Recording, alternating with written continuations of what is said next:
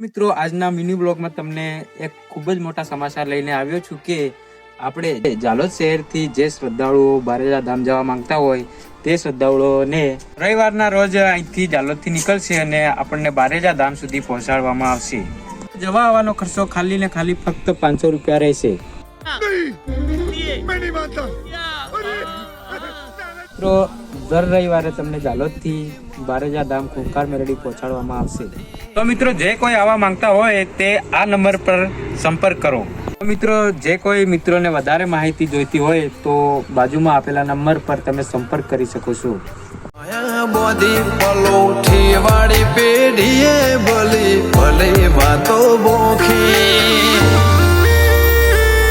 જીને ગોતી ન ગત પડે તો રતે નથી આઘી.